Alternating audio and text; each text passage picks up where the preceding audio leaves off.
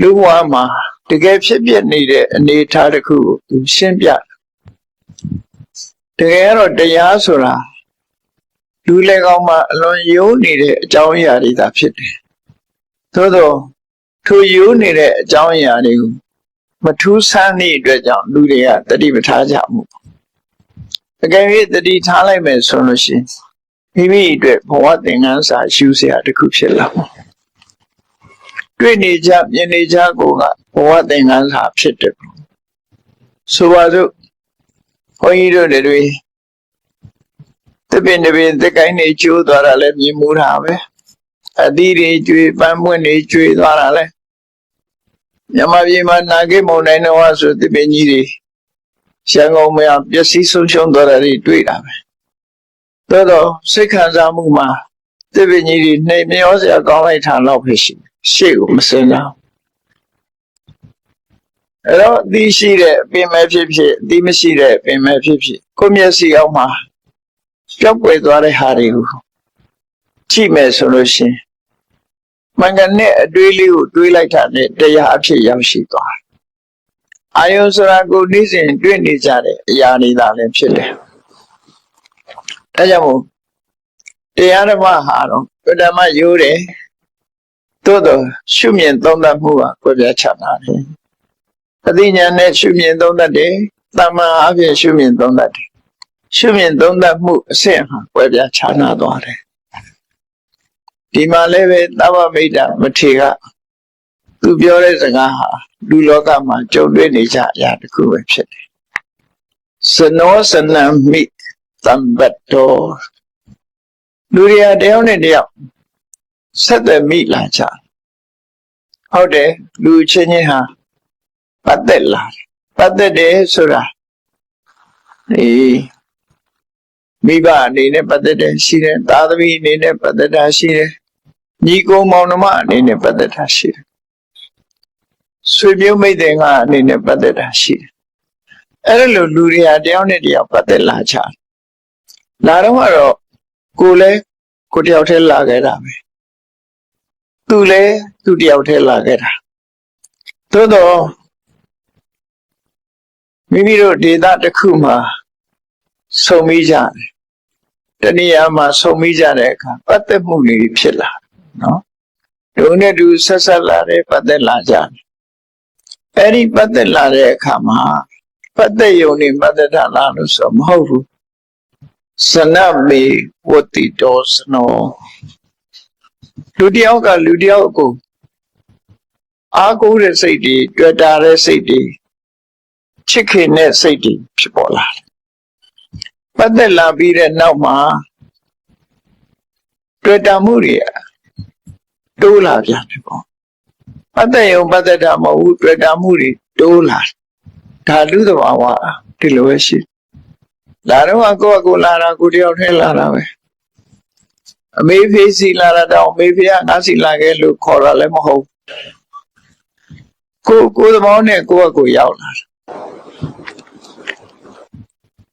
အမေလိုလည်းသိတာမဟုတ်ဖေးလိုလည်းသိတာမဟုတ်ဘူးရောက်ရှိလာ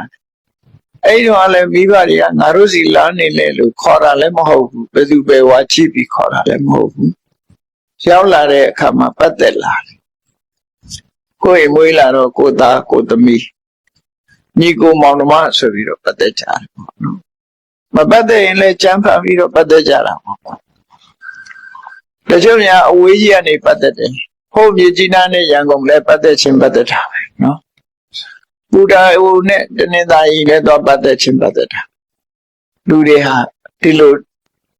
အဲ့ဒါကိုသူပြောတာစနောစနံမိတံပတောတယောက်နဲ့တယောက်ဆက်သွယ်မိသွားပြီဆိုလို့ရှိရင်တဲ့စနမိဝတ္တိတောစနောလူတယောက်ဟာလူတယောက်ပေါ်မှာတာယောစင်ကြီးတွေ့သွားတယ်တာယောစင်တွေ့ကြတယ်အဲ့တော့ဒီလိုတာယောစင်တွေ့တဲ့လူရှိတယ်လို့ပဲတစ်ဖက်ကကြည့်လိုက်မယ်လို့ရှိရင်စနောစနေနဟေတိယတိဟေထေတိစနောစနံတာမအပြင်ဒီစကလုံးလေးတွေသုံးထားတာစနဆိုလူပဲမွေးလာတဲ့လူလို့ဆိုလို့တယ်ဘယ်သူပဲဖြစ်ဖြစ် အဲ့တော့လူအတယောက်နဲ့တယောက်ခင်မင်ပြီးတွေ့တာတဲ့လူရှိသလိုလူတယောက်ဟာလူတယောက်ပေါ်မှာမုန်းတီးလာတာလည်းရှိတယ်ပတ်သက်လာပြီးတော့မုန်းတီးတာလည်းရှိတယ်မုန်းတီးလာတဲ့အခါမုန်းတီးရုံနဲ့မပြီးသေးဘူးတုံးနဲ့တူညှင်းဆဲတယ်တပ်ဖြတ်တယ်ဒုက္ခပေးတယ်ဆိုတာရှိလာပြန်ဒါလူချင်းပဲနော်လူချင်းနဲ့လူလောကမှာဖြစ်ပျက်နေတဲ့အနေအထားတစ်ခုဘဝကြီးကဒီတိုင်းပဲပတ်သက်ပြီးတော့တုံးနဲ့တူတွေ့တာကြတယ်အေးတယောက်နဲ့တယောက်မုန်းကြတယ်အမြင်ကတ်ကြတယ်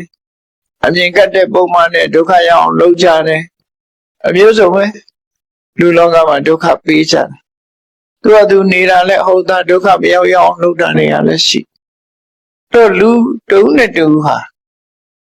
ခုလိုလူလောကကြီးမှာတွေ့တာတဲ့လူကြတွေ့တာတဲ့မုန်းတဲ့လူကြမုန်းတယ်အဲ့ဒါလူလောကလူတွေရဲ့အခြေအနေမှာဒီလိုဖြစ်နေတယ်အဲ့ဒါဆိုလို့ရှိရင်တဲ့ကောဟိတတစနေနထောစနေနစနိတေနဝါတယောက်နဲ့တယောက်ပတ်သက်ပြီးတော့တွေ့တာကြတယ်လူချင်းမုန်းကြတယ်ဒုက္ခပေးကြတယ်ဆိုလို့ရှိရင်ဘာဖြစ်လို့တွေ့တာစရာလူကိုလည်းရှာအောင်မလဲတဲ့မုန်းစရာလူကိုလည်းရှာအောင်မလဲမရှာနဲ့တော့တွေ့တာစရာလူလည်းမရှာနဲ့မုန်းစရာလူလည်းမရှာနဲ့ကိုလာတော့ကတယောက်တည်းပဲအေးစေးစေးပေါ့တယောက်တည်းမရှာနဲ့စနံဩဟာယခိစ္ဆန္တံဟေတေတောဘုံစနံလူတွေကိုဒုက္ခပေးနေတာတော့တခြားမဟုတ်ဘူးတွေ့တာမှုဆိုတဲ့တဏှာနဲ့မုန်းတိမှုဆိုတဲ့ဒေါသဒီနှစ်ခုကခြေလဲနေတာအမှန်အပြင်ပြောမှဆိုရင်လူကမုန်းတယ်ဆိုတော့ကိုမြင်တာနှစ်ယောက်တည်းပဲမြင်တယ်ဒီလူကဒီလူကိုမုန်းတယ်ဒီလူကဒီလူကိုချစ်ခင်တယ်ဆိုလူနှစ်ယောက်ပဲမြင်တယ်မှန်တော့တကယ်ပြဿနာဖော်ဆောင်နေသူကတော့လူမဟုတ်ဘူးခြားတဲ့ကနေဖော်ဆောင်နေတဲ့အရာဟာသဘာဝတရားသက်ဖော်ဆောင်နေတာဖြစ်တယ်အဲ့ဒီသဘာဝတရားဘယ်သူတော့ဆိုရင်တဏှာဒေါသဒီလိုဆိုလို့တယ်ပေါ့နော်အဲ့ဒါကိုပုဂ္ဂိုလ်နဲ့ပြောလိုက်တဲ့အခါကျတော့ပုဂ္ဂလာဒိဋ္ဌာနာလို့ခေါ်တယ်ပုဂ္ဂိုလ်ကိုရည်ညွှန်းပြောလိုက်တဲ့အခါဒီလူကဒီလူနဲ့အမှန်တမ်းရင်းနှီးတယ်တွေ့တာတယ်သူတို့နှစ်ဦးပတ်သက်နေကြတယ်နောက်ဒီလူကဒီလူပေါ်မှာသိပ်မုန်းတာဒီလူကြောင့်ဟိုလူကသေဆုံးသွားရတယ်သူ့ရဲ့တပ်ဖြတ်မှုကြောင့်ဒုက္ခရောက်သွားတယ်အလူကိုပြောတယ်အဲ့တော့တွေ့တာတယ်ဆိုတာဟာဘယ်သူကတွေ့တာတော့လူကတွေ့တာလားဆိုဓမ္မဒိဋ္ဌာန်နဲ့ကြည့်လိုက်မယ်ဆိုလို့ရှိရင်တဏှာတွေ့အကဲတဏှာမရှိဘူးဆိုလို့ရှိရင်ဒီလူနဲ့ဒီလူဟာတွေ့တာစရာအကြောင်းမရှိဘူးဆိုတော့စက္ကူလေးနှစ်ရွက်သူကသူထပ်ထားမဲ့ဆိုရင်တခုနဲ့တခုတော့ထိနေမှာပဲဒါပေမဲ့လို့အချိန်မီလေးသူတို့ခွဲလို့ခွာလို့ရအဲ့ဒီစက္ကူနှစ်ရွက်ကြားမှာစူပါဂလူးလေးထည့်လိုက်မယ်ဆိုလို့ရှိရင်ဒီစက္ကူကခွဲမရအောင်တွဲသွားတယ်အဲ့ဒီဂလူးဟာတဏှာပဲပေါ့သူ့ကိုဖယ်လိုက်တာသူဖယ်လိုက်လို့ရှိရင်တွေ့တာမှုမရှိတော့အဲ့တော့လောကမှာတွေ့တာမှုတဏှာဟာအဓိကဖြစ်တယ်လူဟာအဓိကမဟုတ်ဘူးလို့သူဆိုလို့ဒါကဓမ္မဒိဋ္ဌာန်နဲ့ကြည့်ဓမ္မဒိဋ္ဌာန်နဲ့ကြည့်မယ်ဆိုရင်လူချင်းမုန်းစရာလည်းမရှိဘူးချစ်စရာလည်းမရှိဘူး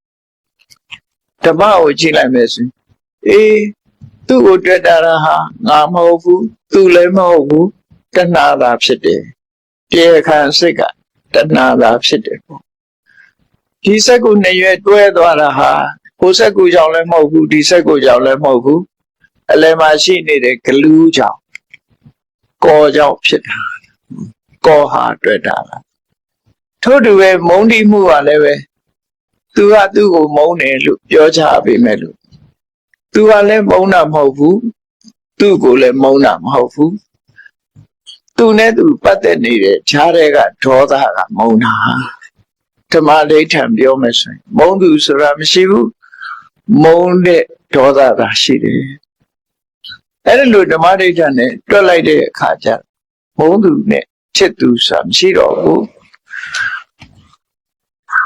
ချစ်ခင်တွေ့တာတဲ့တဏှာနဲ့မုန်းတိတတ်တဲ့ဒေါသဒီနှစ်ခုပဲရှိတော့တယ်လို့လူဆိုလို့တယ်ပေါ့နော်အဲ့ဒါကြောင့်မလို့လူကိုဆုံးရမလို့ဘူးတဲ့ကောဟိတတစနေနထောစနေနစနိတေနဝါဒီလောကမှာရှိနေတာသာသမီပဲဖြစ်ဖြစ်မိဘပဲဖြစ်ဖြစ်မိတ်ဆွေပဲချင်းချင်းပဲဖြစ်ဖြစ်ဇနီးမောင်နှံပဲဖြစ်ဖြစ်တွေ့တာမှုတွေရှိနေသမျှပတ်သက်နေကြမှာပဲဒေါသတွေရှိနေသမျှမုန်းတိနေကြအောင်မှာပဲအဲ့ဒီတွေ့တာမှုဆိုတဲ့တဏှာနဲ့မုန်းတိမှုဆိုတဲ့ဒေါသဒီနှစ်ခုကိုဖယ်လိုက်မယ်ဆိုရင်လူတွေကိုဒုက္ခပေးနေတဲ့တဏှာနဲ့ဒေါသဒီနှစ်ခုဖယ်ရှားပြီးတော့သူတို့မရှိတဲ့နေရာကိုငါသွားမယ်လို့ဒီစကားကိုပြောတဲ့စကားပဲနော်သူတို့မရှိတဲ့နေရာဇဏံဩဟာယကိစ္ဆန္တံဟိဋ္ဌိတောဘောဇနလူတွေကိုဒုက္ခပေးနေတဲ့တွေ့တာတဲ့တဏှာမုန်းတိတတ်တဲ့ဒေါသကိုဖယ်ရှားပစ်ပြီးတော့အခါမှာအဲ့ဒီတဏှာနဲ့ဒေါသကိုဖယ်ရှားပြီးတော့လွတ်ရကြွရငါသွားတော့မယ်သူတို့နဲ့မပတ်သက်တော့ဘူးလို့ဆိုလို့ဒီသဘာဝတရားတွေအဲ့ဒါလို့သဗ္ဗမိတ္တမထေရသူ့ရဲ့ဓမ္မအမြင်နဲ့ဆက်ဆက်ပြီးတော့ဒီလိုပြောတာနော်သူဘာကြောင့်ဒီစကားကိုပြောတာတော့ဆိုရင်သူ့ဆက်ကြောင်းလေးကိုပြန်ကြည့်သူ့အမှတ်တရစကားလေးကသူ့ဘဝနဲ့သူဆက်ဆက်နေတာရှိတယ်သူကတာဝတိမြို့မှာပုံနာမျိုးမှာလာဖြစ်တယ်တာဝတိမြို့ကပုံနာမျိုးမှာဖြစ်ပြီးဇေရွန်ကျောင်းတော်ကြီးကိုနာရဝိသတိကခြေဆက်ချလှူဒန်းတဲ့အခမ်းအနားမှာသူလည်းမျိုးသူမျိုးသားတွေအတူခြေဆက်ချအခမ်းအနားတက်ရောက်ပြီးတော့တရားနာတဲ့အခါသူတရားတရားတွေဖြစ်သွားတယ်တရားတရားဖြစ်လို့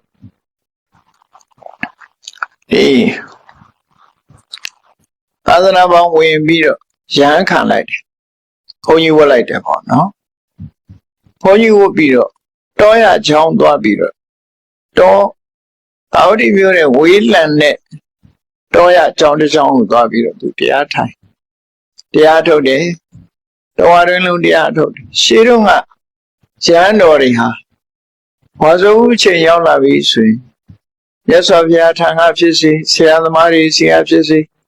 ကမ္မထံအထုတ်နည်းကိုသင်ယူသွားတယ်ခုခေတ်လိုရိပ်သာတွေပါနေရှိတာမဟုတ်အဲ့တော့ဆရာစီသွားပြီးတော့ကိုယ့်အကို retreat လုပ်ကြတာကိုနှစ်သက်တဲ့ကိုနဲ့အဆင်ပြေမဲ့ရာသီဥတုအဆင်ပြေမဲ့နေရာကိုသင်ယူထားတဲ့အတိုင်းတရားတော်အထုတ်ကြ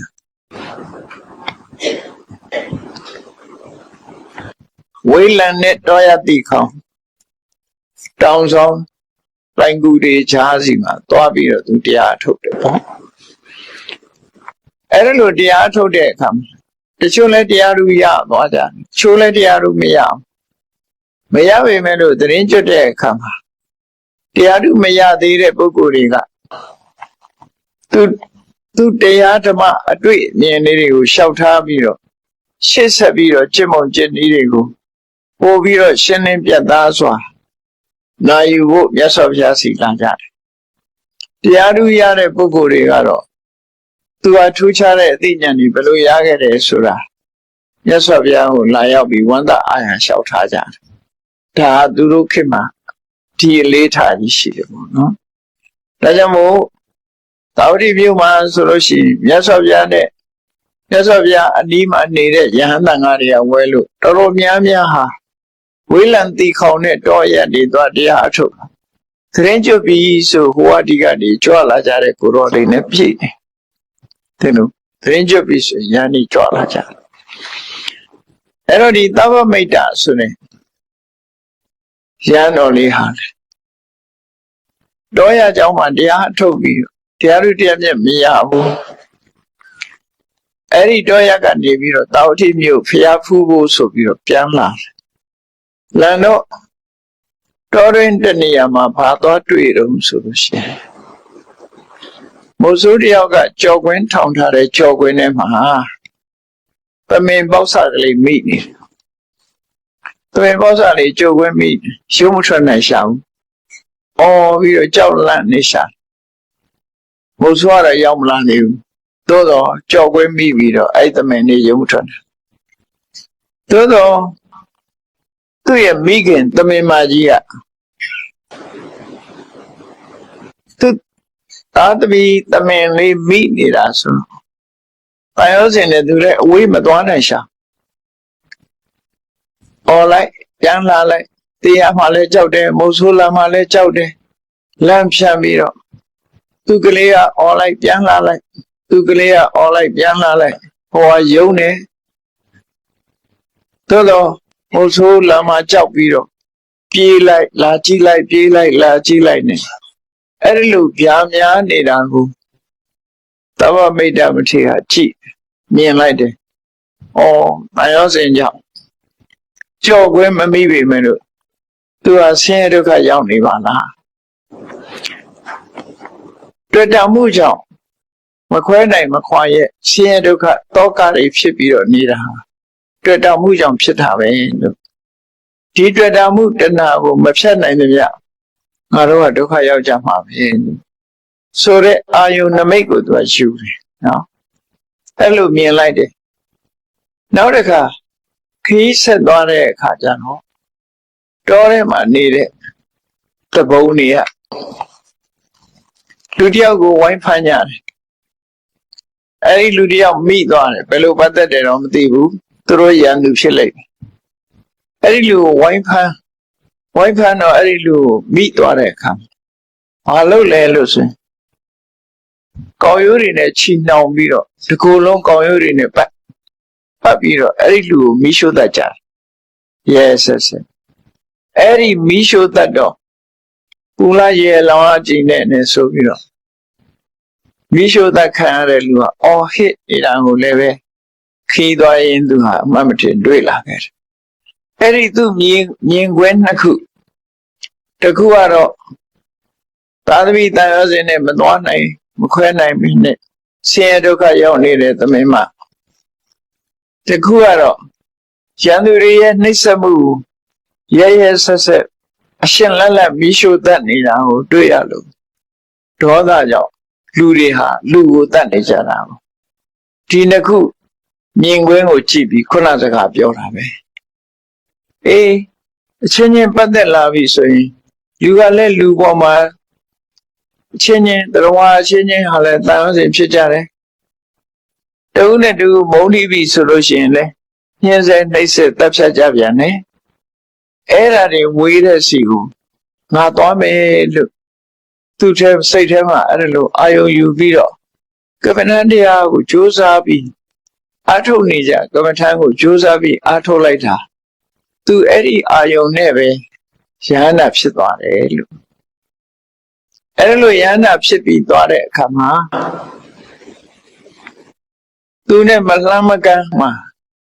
လူတယောက်ကိုကောက်ရိုးတွေပုံပြီးမိရှို့တတ်နေတယ်ကောက်ရိုးတွေနဲ့ချီနှောင်ပြီးမိရှို့တတ်နေတဲ့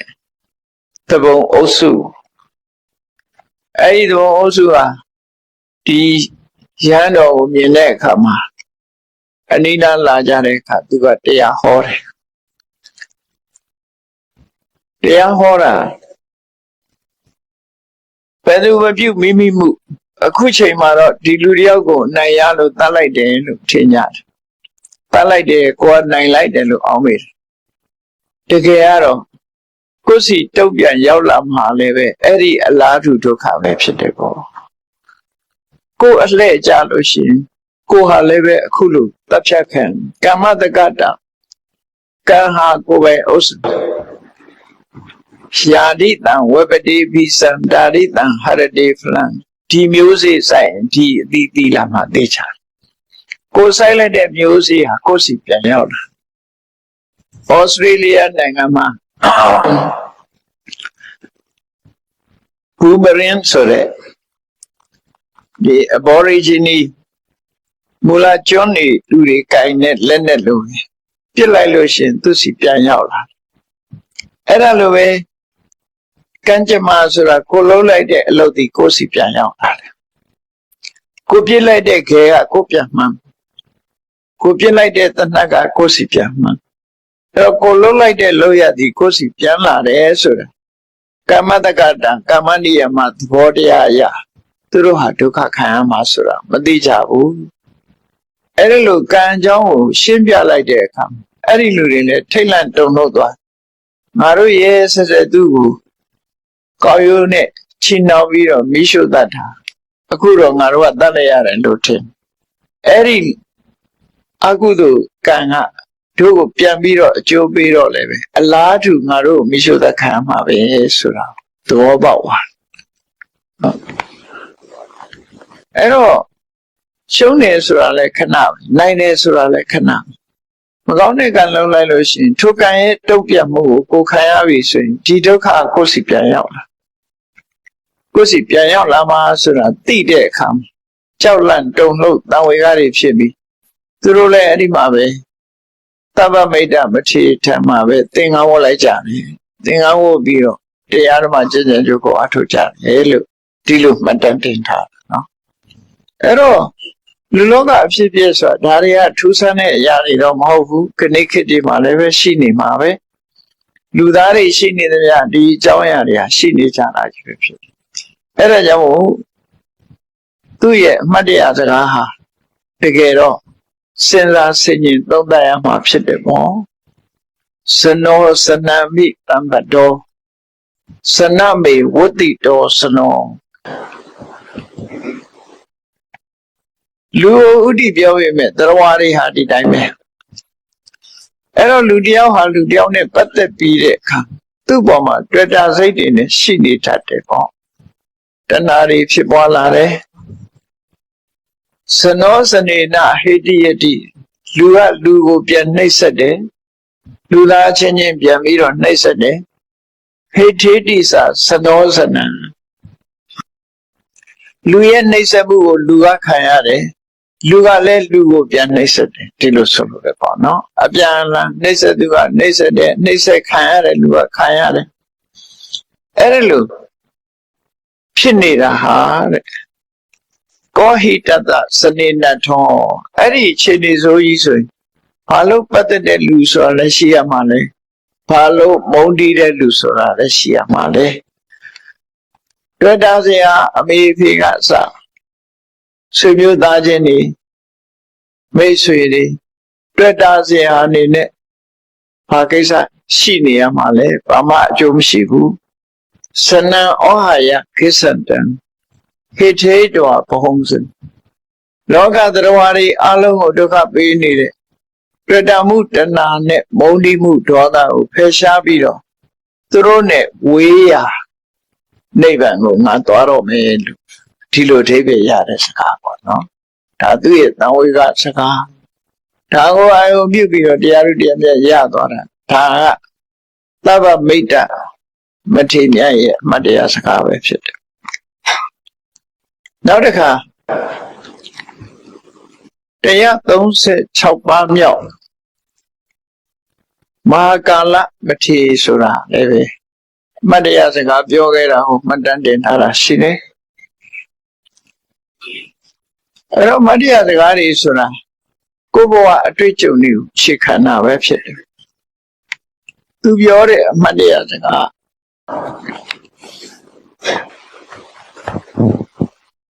သူက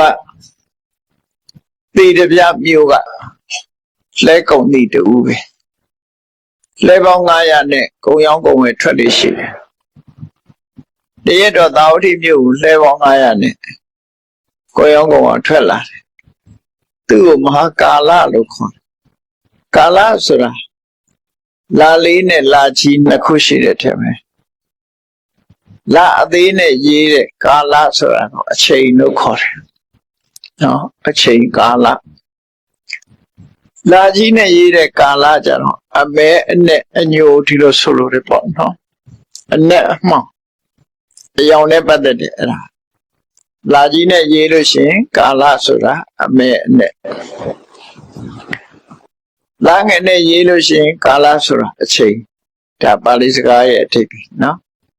သူကလာကြီးနဲ့ရေးတော့ကိုမဲပေါ့ဒီလိုပဲခေါ်အောင်ပါပုံမှန်လို့ဆိုလို့ဦးနဲ့ခေါ်လို့ရအဲ့ဒါလို့အသားရောင်လိုက်ပြီးတော့တေတဘာမျိုးကတေတပြမျိုးကကုံတယ်တဘာဝရမှာသုလကာလဝတ္ထုဆိုပြီးတော့ပါတာသူတို့ပဲ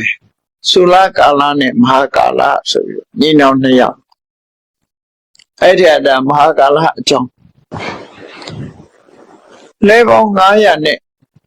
လဲပေါင်းကုန်ပစ္စည်းတွေတင်ပြီးတော့ဝေးလံတဲ့ဒေသသွားပြီးတော့အမြဲရအောင်ရောင်းကြတယ်ပေါ့ဒါကုန်တဲ့ရဲ့ထုံးစံနော်ကုန်တဲ့ရဲ့ထုံးစံအမြဲရမယ့်နေရာကိုတည်ပြီးတော့ရောင်းနေရှိကြအဲ့လိုသွားရောင်းတဲ့အခါတာဝတိမြို့ကိုရောက်တယ်အဲ့ဒီမှာစရဲချပြီးသူကုန်ကြီးရောင်းသွားတော့မှကုန်ရောင်းသွားတာပဲသို့တော့သူစကန်းချတဲ့နေရာကစေတော်ကျောင်းသွားတဲ့လမ်းကြားမှာဖြစ်တော့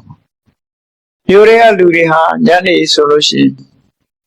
ပန်းနန္တာတွေလက်ဆွဲပြီးတော့စေတော်ကျောင်းဘက်ကိုဝှဖြူစင်ကျင်နဲ့သွားကြတယ်။ဘာသွားလို့ကြလဲလို့မေးတဲ့အခါမှာဖျားစီသွားတရားနာကြတယ်ဆိုတော့သိတော့ငါလည်းကြုံလုံးလိုက်ပြီးတော့တရားနာလိုက်အောင်မယ်ဆိုလိုက်သွားတယ်။ဟိုရောက်တော့မြတ်စွာဘုရားဟောတဲ့သစ္စာတရား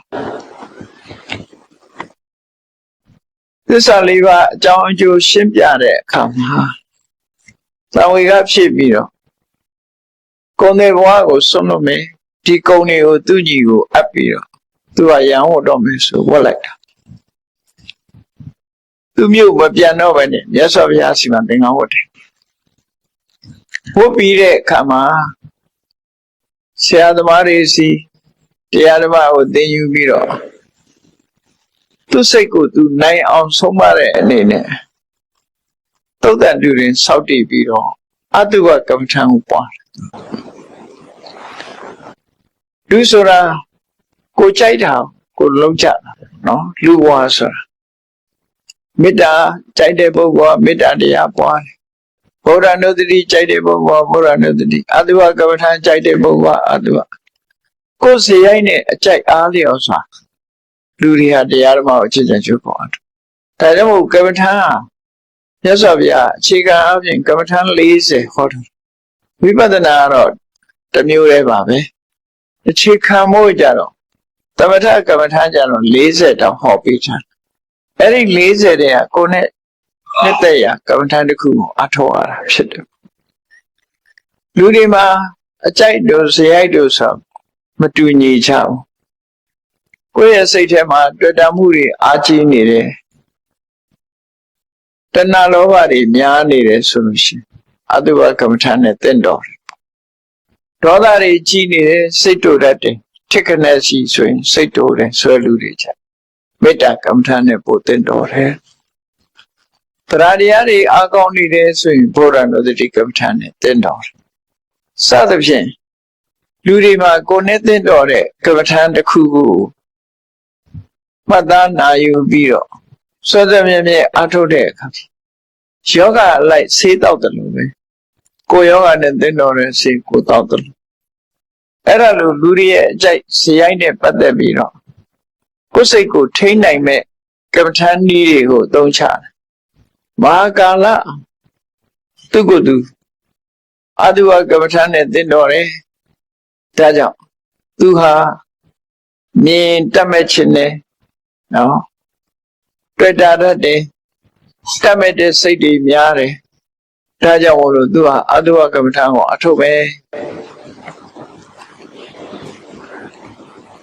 ဒါကိုသိရမယ်ကိစ္စနော်လူမြင်တာနဲ့အမြင်ကတတ်တဲ့လူလည်းရှိတယ်လူမြင်တာနဲ့တွေ့တာတတ်တဲ့လူလည်းရှိတယ်အဲ့ဒါဆိုလို့ရှိရင်ကိုယ်နဲ့သိတော့တဲ့ကမ္မထံတစ်ခုအထုတ်ကြအောင်မှာဖြစ်တယ်အဲ့တော့သူစိတ်ကိုသူချိုးနိုင်ဖို့အဓိကကတော့ကမ္မထအလုပ်ဆိုတာစိတ်ထိန်းတဲ့အလုပ်တစ်ခုပါစိတ်ထိန်းတယ်ဆိုတော့ဒီတိုင်းထိန်းလို့မရဘူးတတိနဲ့သံစညာနဲ့တတိနဲ့ပညာနဲ့တူတူထိန်းရဒါကိုတတိသံစညာလို့ခေါ်တတိဆိုတာကိုထားခြင်းတဲ့အာယုန်တစ်ခုကိုအမြဲတမ်းစိတ်နဲ့အာယုန်နဲ့တွေ့ပေးနေတာတတိဟိုပါပဲထွက်လေဝင်လေလေးလုပ်နေတာ ထွက်တိုင်းဝင်တိုင်းလေလေးထိတိုင်းသိနေအောင်လှုပ်တာဒါတတိတတိနဲ့လှုပ်တာအဲ့ဒီမှာဆင်ញင်တုံတရားဆိုတဲ့အသိပညာလည်းပါအဲ့ဒါသံစင်ညာအကြောင်းကျိုးဆင်ញင်တဲ့အကျိုးအပြစ်ကိုစီစစ်တယ်အဲ့ဒါသံစင်ညာတတိနဲ့သံစင်ညာနှစ်ခုအများရရှိရတွဲဖက်ပြီးတော့အလုံးလုံးထားတရားအထုတ်တယ်လို့ခေါ်တယ်ကိုယ်တဏ္ဍမှာတတိတရားတွေတိုးတက်လာအောင်သံစင်ညာဆိုတဲ့ပညာတိုးတက်လာအောင်အရေးချင်းကောင်းတွေကိုယ်တဏ္ဍမှာတိုးတက်အောင်လေ့ကျင့်တာဘာဝနာလို့ခေါ်တယ်ဒါမှမဟုတ် mental culture ဆိုတဲ့ဘာဝနာဆိုတဲ့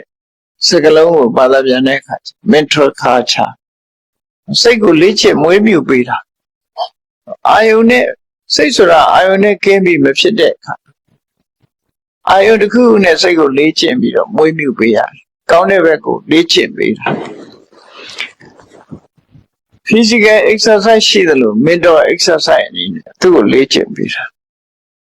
အဲ့ဒီလေ့ကျင့်ပေးတာကိုသွားခြင်းနဲ့လမ်းကြောင်းပေါ်ရောက်အောင်လေ့ကျင့်တာ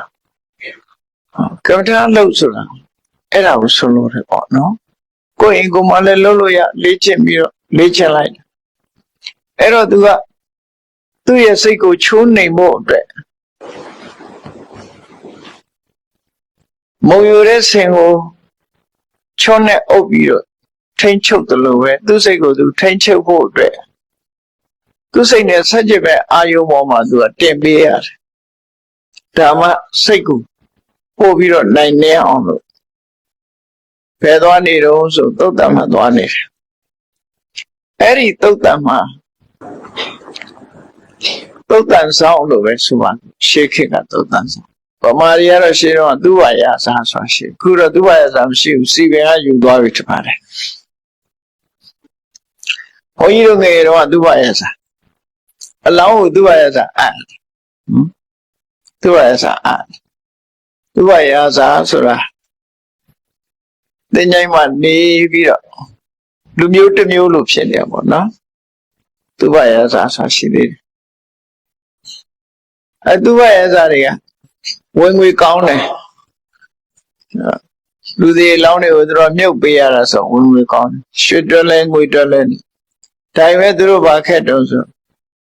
လူသိထင်ရှားလူကြတဲ့မဝင်ရဲဘူး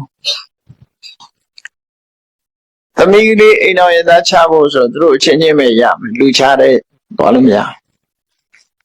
ရွှေငွေပေးတောင်ယူမဲ့လူမရှိဘူးအဲ့ဒီလိုအခြေအနေမျိုးဖြစ်တယ်နော်သူ့ဘာလဲခုတော့ပျောက်သွားပါပြီဘာဖြစ်မရှိတော့ကောင်းတာပဲပျောက်သွားတာခုတော့သူ့ဘာလဲမခေါ်တော့စီပင်ကလူတွေလည်းသိကိစ္စမရှိနော်လူမျိုးတစ်မျိုးမဟုတ်တော့ဘူးဒီအလုပ်တစ်ခုလုပ်တဲ့ဆက်ပုံစံမျိုးဖြစ်တယ်ရှင်းတော့ဒီအလုပ်ကိုသူများမလုပ်ဘူးသူပဲလုပ်ရတာအလုပ်နဲ့လူအစင်တန်းကိုခွဲထားသလိုဖြစ်တယ်အခုကအစင်တန်းခွဲတာမဟုတ်ဘူးအလုပ်လုပ်ငန်းတစ်ခုအနေနဲ့ဖြစ်တယ်ဒါလည်းကောင်းတာနော်ကောင်းသွားတယ်လူချင်းခွဲခြားမှုတွေကယောပါသွားအိန္ဒိယနိုင်ငံမှာတော့ခွဲတော့မှရှိသေးတာဒီလုပ်တာအော်လူတွေမလုပ်ဘူးတကယ်စီးလဲတာတောင်မှပဲအိန္ဒိယမှာစမ်းနိုင်ကပဲလဲတယ်စမ်းမြင့်တဲ့လူကတကယ်စီးကိုင်းကိုမကိုင်းခွဲတာတကယ်စီးကိုင်းပြီဆိုရင်စမ်းနိုင်လို့ထင်သူတကယ်စီးတော့မကိုင်းရဘူးနာအိန္ဒိယသွားတော့ကဒါဝတ္တိထားရတယ်ဘုန်းကြီးတို့ဘာရဏသီမှာ9လလောက်နေတဲ့အခါမှာ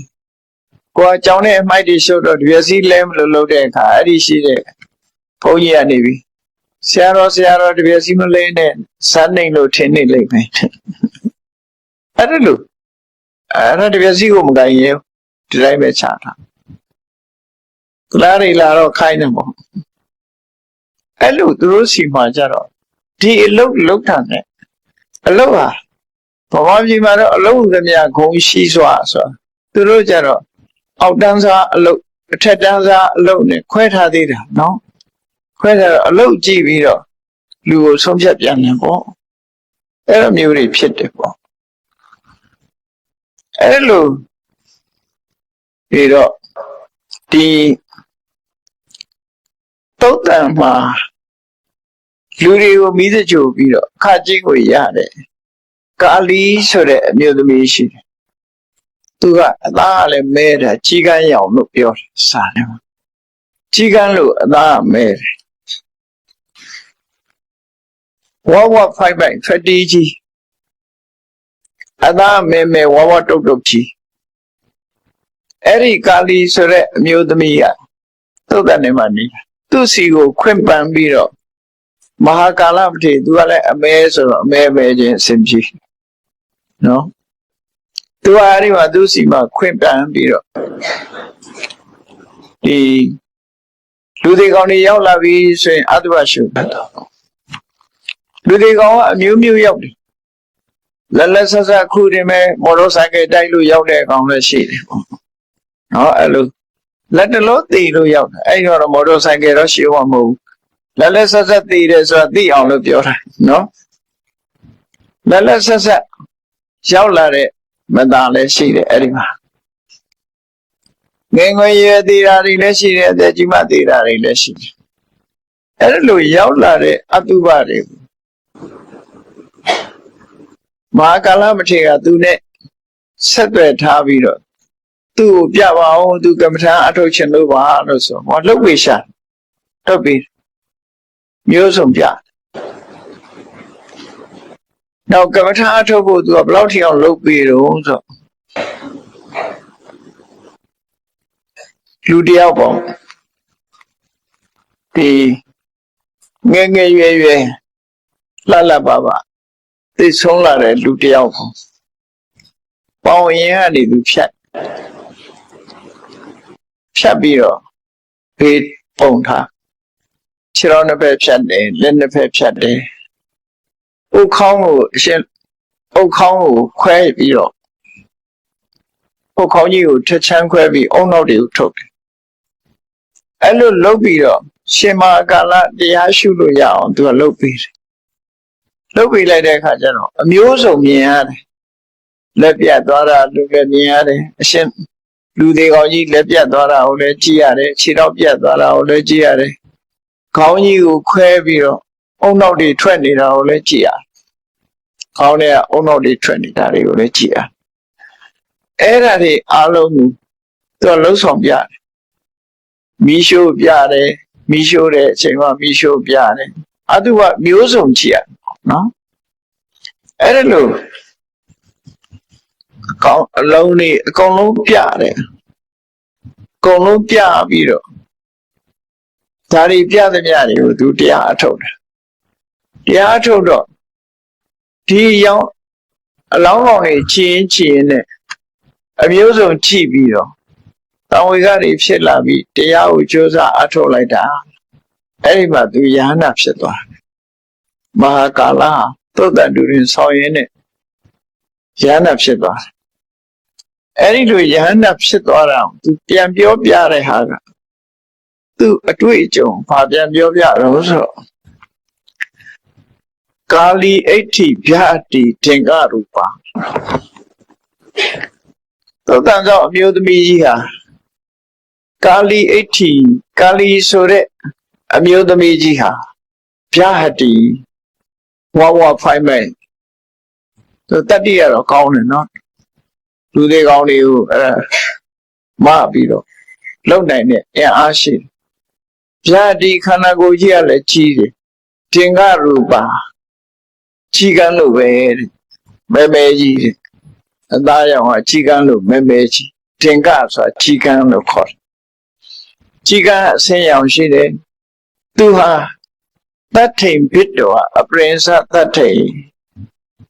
လူတွေလောင်းတွေကိုဒုစရကနေဖြတ်တယ်ပေါင်းကနေဖြတ်တယ်ဖြတ်ပြီးတော့ဖြတ်ဘာဟင်္စဖြစ်တော့အပရိသဘာဟံလက်မောင်းတွေကိုဖြတ်ပြီးတော့ပြတယ်ပြီးရင်ပြန်ဆက်ပြတယ်တိသင်္စဖြစ်တော့တတိထားလကံဒိဉ္ဉ်နေထည့်ထားသလိုပဲလက်ကြဒိဉ္ဉ်စားကြမှာမဟုတ်တော့ခေါင်းကိုခွဲလိုက်တဲ့အခါအုံနောက်တွေကဒိဉ္ဉ်နေလိုပဲတဲ့ဒီတဲ့ရေးထားတာတော့နော်ဒိဉ္ဉ်နေထည့်ထားတဲ့ခွက်လိုပဲဟိုခေါင်းကိုခွဲပြီးတော့လေသူ့ကိုပြတယ်ဆိုလိုတာကလူရဲ့အတွင်းပြင် ပြင်ပပုံသဏ္ဍာန်မျိုးစုံသိရှိအောင်လို့ခွဲစိတ်ဖြတ်တောက်ပြတယ်အတုဝရုပ်အလောင်းကိုအဲ့လိုခွဲစိတ်ဖြတ်တောက်ပြဧတာနိသိဏအဘိတံတဟေတဝါဒီကာလီဆိုတဲ့အမျိုးသမီးကြီးကသူကပ္ပဋ္ဌာန်းရှုဖို့ရအတွက်အသားတွေရောင်းချနေသလိုပဲတဲ့ဒူကဖြတ်တယ်ပေါင်ကဖြတ်တယ်လက်တွေဖြတ်တယ်ခေါင်းခွဲပြီးတော့အဲ့ဒီဘုံတော်တွေထုတ်ပြတယ်အဲ့ဒါတွေကိုသူကြည့်ရတယ်ယောဝေအဝိဓာဥပတိကရောတိဒီနေရာမှာအသိဉာဏ်မရှိတဲ့ပုဂ္ဂိုလ်တွေဟာဒီလိုအသိဉာဏ်ခန္ဓာကိုယ်ကြီးဆိုတာဒီပုံစံပဲအပေါ်ယံကအရေးကလေးနဲ့ဖုံးထားလို့ဟုတ်တယ်ထင်နေကြတာတကယ်ကတော့တူတူပဲအတွင်းသားကြည့်လိုက်လို့ရှိရင်လူခန္ဓာကိုယ်ကအမြဲတမ်းရှင်းစရာကောင်းတယ်မတင့်တယ်တဲ့အရာကြီးပဲဖြစ်တယ်အပေါ်ယံနဲ့ပုံသဏ္ဍာန်ကြည့်ပြီးတော့လူတွေဟာကိလေသာတွေဖြစ်နေကြတယ်မုန်းတီးတယ်ဆိုတဲ့စိတ်တွေဖြစ်တယ်ချစ်ခင်တယ်ဆိုတဲ့စိတ်တွေဖြစ်တယ်အဲ့ဒါဟာအမှန်မသိလို့ဖြစ်နေတာတဲ့ဒါကြောင့်မို့ယောဝေအဝိတောဥပတိကရောတိအသိဉာဏ်မရှိတဲ့ပုဂ္ဂိုလ်တွေကတော့ကိလေသာစိတ်တွေဖြစ်ကြတယ်တဲ့ခင်မမှုတွေတတ်မဲ့မှုတွေမုန်းတီးမှုတွေလုပ်ကြတယ်အဲ့ဒီလိုခင်မမှုတွေမုန်းတီးမှုတွေတတ်မဲ့မှုတွေကိလေသာတွေဖြစ်ပွားစေတဲ့ပုဂ္ဂိုလ်တွေဟာပုဏ္ဏပုဏ္ဏဒုက္ခမုပေတိမန္တောအဆုံးမတတ်နိုင်တဲ့ဒုက္ခပြင်းပြရနေချမှာဖြစ်တယ်ဘယ်တော့မှမဆုံးနိုင်ဘူးတန်တရားထဲမှာတဘဝရောက်လာလိုက်အိုပြီးသေးသွားလိုက်နောက်တစ်ခါပြန်မွေးလိုက်အိုလာပြီးသေးလိုက်ဒီလိုပဲပုဏ္ဏပုဏ္ဏဒုက္ခမုပေတိမန္တောအသိဉာဏ်မရှိလို့ထုံထိုင်းတဲ့ပုဂ္ဂိုလ်တယောက်ဟာဘဝဆိုတဲ့ဒုက္ခကိုထပ်တလဲလဲပြန်ပြီးတော့ရင်ဆိုင်နေချရတာဖြစ်တယ်တချို့ကထင်တယ်တည်သွားအေးတာပဲဘေးအေးမှာတော့တည်သွားထောက်လျှောက်ထပ်မွေးတာပဲလေရက်နေမှာမဟုတ်ဘူးသူကစိတ်ညစ်တယ်စိတ်ညစ်တည်သွားတဲ့အေးတဲ့ထင်တယ်မဟုတ်ဒီတဲ့ဆိုတဲ့စီရောက်သွားတယ်မှန်အဲ့ဒါလို့စူးစိုက်လုပ်တဲ့ကိုယ့်ကိုတတ်သိတယ်ဆိုတဲ့ဒေါသနဲ့သိတယ်ဒီတဲ့ဆိုတဲ့စီရောက်သွားတယ်တတ်သိလိုက်သည့်အတွက်ကြောင့်ဒီတဲ့ဆိုတဲ့စီရောက်သွားဒီတဲ့ဆိုတဲ့စီဆိုအမြဲတမ်းမီးလောင်နေတဲ့ငရဲတို့အမြဲတမ်းကိုယ်နှိမ့်ဆက်ခံနေရတဲ့ငရဲတို့အဲ့ဒီစီရောက်သွားတာမဟုတ်ပြိတ္တာဖြစ်သွားရင်လည်းစားမယ်မယ်တော့မယ်မယ်ဒီလိုတွေဖြစ်တယ်တရိစ္ဆာန်ဖြစ်သွားရင်လည်းပဲလောက်ဒုက္ခရောက်တော့တရိစ္ဆာန်ဆိုလေချင်းချင်းသက်စားနေကြတာမလွတ်နိုင်ဘူးရှည်တဲ့ကငါးတွေပြန်ကြည့်ငါးကြည့်တဲ့ကောင်ပါဇက်ကလေးဟာထားငါးပေါင်းစားလေးတွေအကုန်လုံးဇဏရောက်ပါသွားပြန်ဇဏရောက်ပါသွားပြန်စားခံနေရတာပဲလေလူကကြီးစားတာမဟုတ်ငါးချင်းစားဖားချင်းစားမွေချင်းမျိုးအဲ့ဒါလို့ဒိဋ္ဌံလောကကြီးဟာအញ្ញမညာခါရိကဒုလခါရိကချင်းချင်းစားကြတယ်အားနေတဲ့ကောင်အာကြီးတဲ့ကောင်စားတယ်အတော့ကိုဆိုရတတ်တတ်လို့စားသလားအောင်မိတာငှက်တွေကလည်းတတ်တတ်လို့စားတာမဟုတ်ဘူးလေငှက်တွေကလည်းတတ်တတ်လို့မစားတခါတော့ပုံထဲမှာတွေ့လိုက်တာဆိုခိုးတွေကရေစက်မှလာပြီးရေတောက်နေကြနော်ငခုကြီးတွေကပါဇက်ကကြီးတယ်10ပေလောက်ရှိတဲ့ငခုကြီးတွေကရေထဲမှာပုံနေကြကန်းစနာလာကတ်နေတယ်ရေကအမဲနဲ့ငခုကအမဲနဲ့ဆိုခိုးရမမြင်ရှာဘူးရေငန်းငန်းနဲ့ရေတောက်ဖခနဲ့ပါဇက်ထဲပါတော့ရငခုပါဇက်ငခုကတတ်တတ်လို့စားတယ်မြအောင်မေ့မနေနဲ့နော်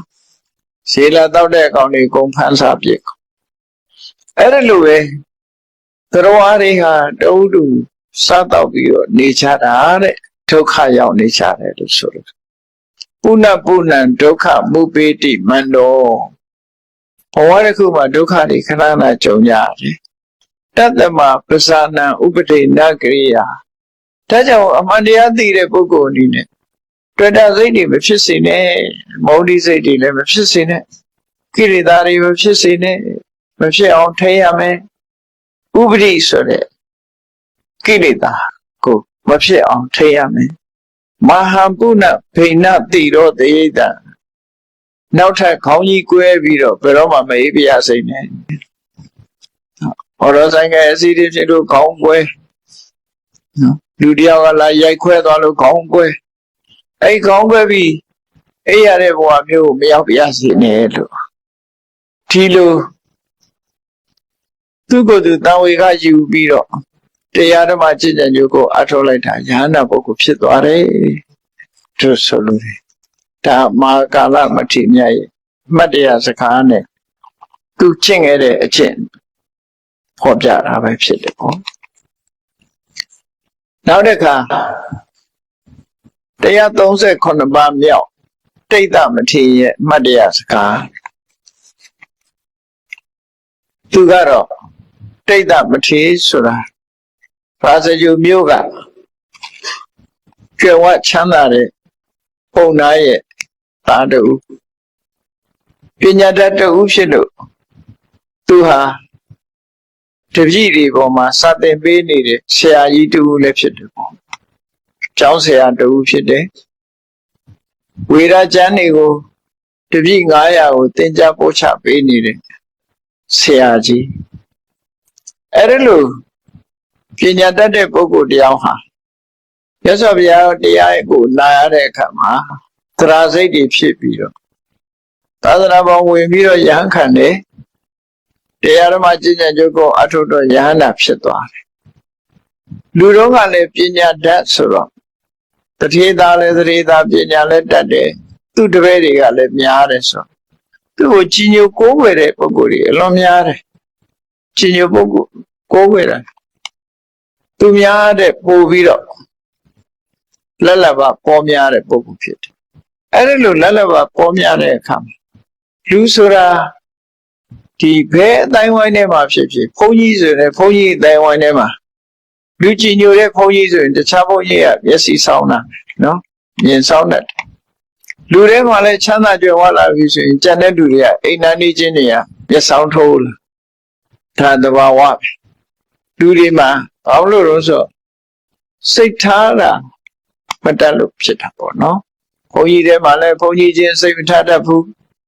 လူထဲမှာလည်းလူချင်းစိတ်မထားတတ်တဲ့ပုဂ္ဂိုလ်တွေဟာ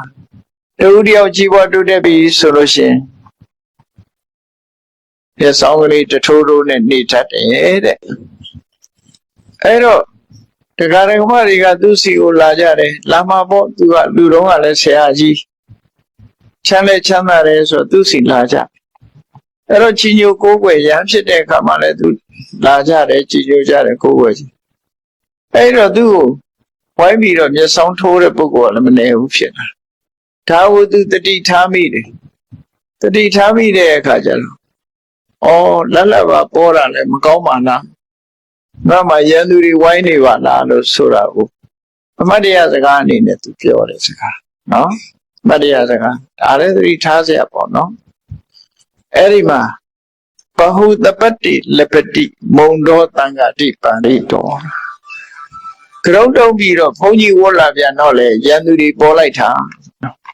ပြောဆိုလို့လေနော်ကြောက်တုံးပြီးတော့သင်္ကန်းဝတ်လာတဲ့အခါမှာလေရန်သူတွေပေါ်လိုက်တာလာပြီးအနတ္တပဏတ္တဝဋ္ဌတတေနတ္တသာလူမဲ့တမဲ့လူတွေပေါ်တော့အစာဖြော်ရမကအဝတ်အသုံးဆောင်တွေကသူကအများကြီးရအဲ့ဒီရတာဟာအပြစ်ပဲလူမုန်းစရာဖြစ်တယ်ပေါ့လူမုန်းစရာဖြစ်တယ်အောင်မြင်လို့အကျင့်လေလူမုန်းတာပဲနော်လူမုန်းစရာဖြစ်တယ်အဲ့ဒီမှာဧတမာတိနောညတ်တော်ဟာသူ့အနေနဲ့ဒါကိုအပြစ်လို့ရှုထားတယ်ဒါတော့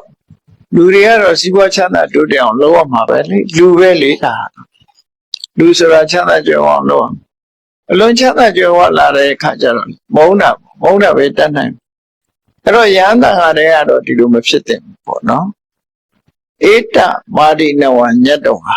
ဒါကိုပဲအပြစ်လို့သူသိရှိလာပြီးတက္ကရေတုမဟပယံ